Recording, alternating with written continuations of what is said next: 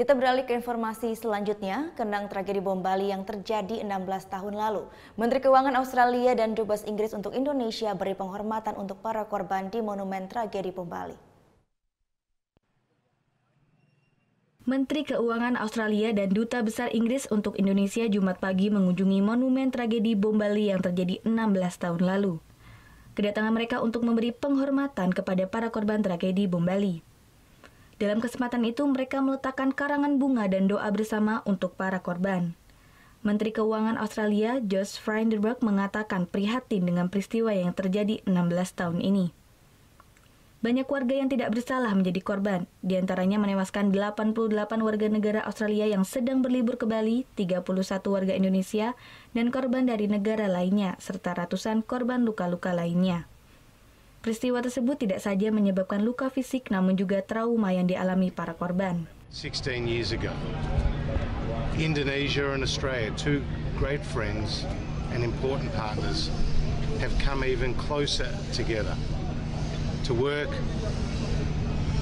with our law enforcement and intelligence agencies and with the United Kingdom and other countries to tackle terrorism. Hal senada juga disampaikan oleh Duta Besar Inggris untuk Indonesia.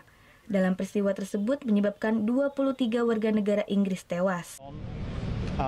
Is an indication that we will not forget the victims who fell, whether from Australia or the UK or Indonesia or elsewhere. And it's also a reminder that the struggle against terrorism continues. We work together with Indonesia, with Australia and many other countries to try and keep Indonesians, Brits, Australians, others safe here. And it reminds us that these tragedies can strike all over the world, not just here in Indonesia but in other places. Sementara salah satu korban selamat dalam peristiwa tersebut mengaku peringatan tragedi bom Bali yang terjadi pada 12 Oktober 2002 bukan untuk bersedih, namun dijadikan sebagai simbol kedamaian agar peristiwa serupa tidak akan pernah terjadi lagi. Sebenarnya dengan adanya monumen ini kita udah berdamai.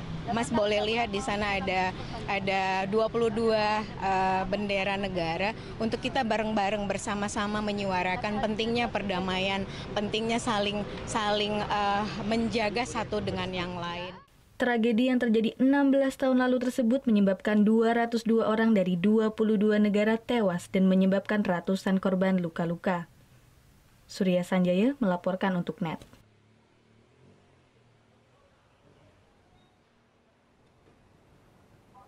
Oh yang beneran? Iya, oke. Tapi gue pernah.